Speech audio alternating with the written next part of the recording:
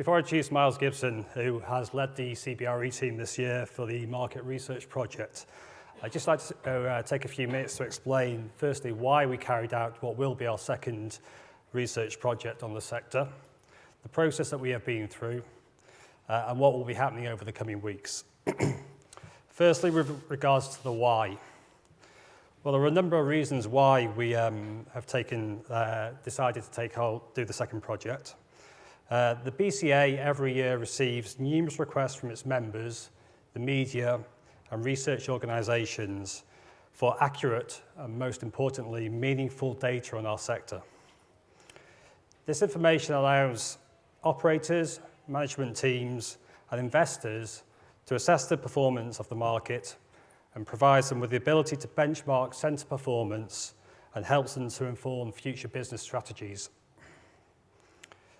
This year's research builds on the data produced in 2015, which is the first year of doing the research project, and allows us to start analysing trends within the marketplace. As you've just heard, it will provide politicians and key business groups with insight into the sector and helps them to understand the key drivers of our economy. And it helps the BCA to raise its profile, to champion the sector, and provides us with the ability to use data to influence political thinking for the benefit of our members.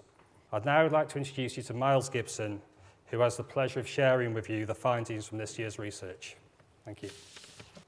So straight into about the survey, and Andrew's already covered some of these points. The subsectors that were included: serviced offices, managed offices, and light industrial units.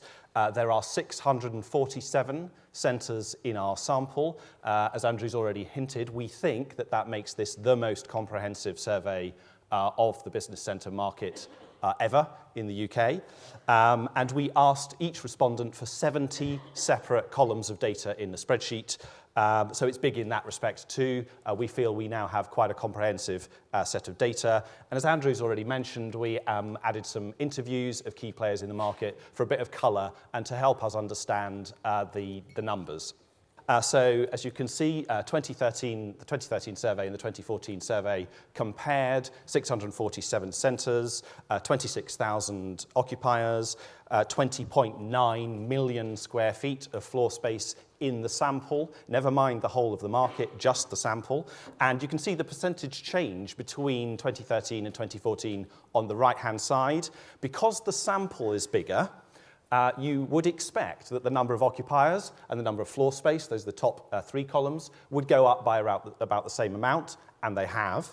But the most important thing to point to on this slide is the number of workers and the turnover, and the change in workers and turnover of the sample, which is twice as large in the case of workers and 3 times as large in the case of turnover. In other words, what this says to me is that this is a sector which is increasingly profitable and increasingly space efficient, or that's how it became between 2013 and 2014.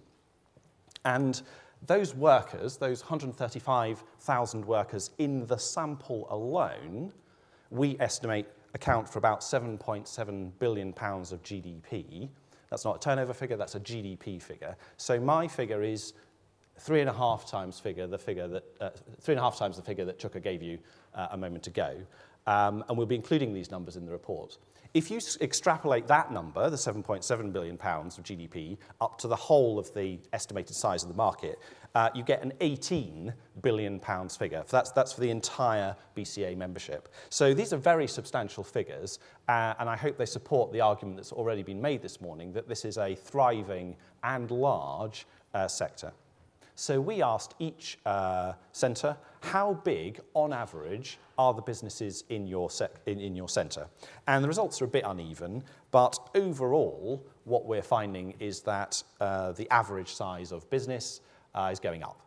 And so if you look, for example, at the 11 to 20 number of employers, which is second from the right, the set second from the right, again, we have a 2013 and 2014 comparison here. So in 2013, about 8%, 9% of centres said to us that they had between 11 and 20, and that figure, as you can see, has gone up to 15%. And in most cases, the number has gone up in 2014 compared with 2013. As I say, a bit uneven, but in general, we think that is the right conclusion to draw is that, in general, business is getting bigger. And if you're bigger, the question then arises, do you stay for longer? And we think the answer to that question is yes as well. So again, some of the data is a bit uneven here, a bit difficult to interpret, but there is no question whatsoever about the right-hand side of this graph. So again, this is a 2013 and 2014 comparison. You can see that in 2013, the percentage of occupiers staying more than 3 years, more than 36 months, was 15%, and that has gone up very sharply to 25%, with a corresponding decrease in other lengths of stay.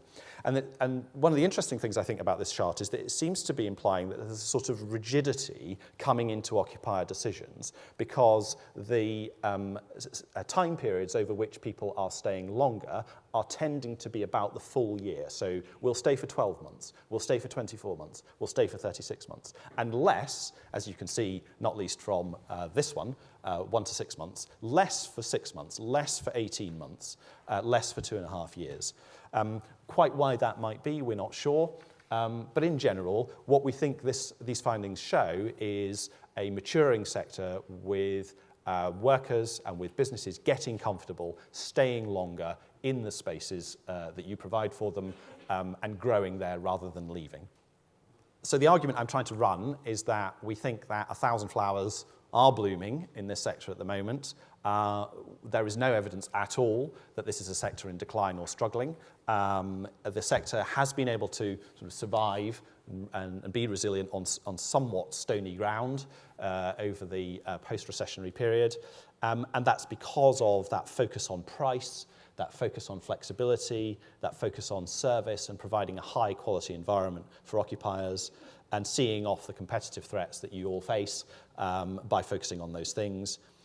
As I've shown, we find very strong growth in 2014 on a variety of metrics. I would expect 2015 to look similar, if not showing even more of a ripple effect out of London and the South East, as we know from our own experience that office markets and employment in regional cities in the wider South East, the wider south of the UK, in Scotland, are recovering more generally, and we would expect the business centre market to recover alongside that. So definitely a ripple effect. And then finally, quite a lot of diversification in the sector, a wider range of models, a responsiveness to customer needs. Very difficult now to know whether we'll see further divergence or a bit of convergence, actually. There's a bit of M&A activity in the sector, mergers and acquisitions. So in one sense, that may cause business models to start to converge again as we see some consolidation. But customer pressures, a very clear theme coming through in the responses that we got to the survey, customer pressures are really making operators work hard about making sure that they provide what the customer wants, and that is causing the sector to diverge.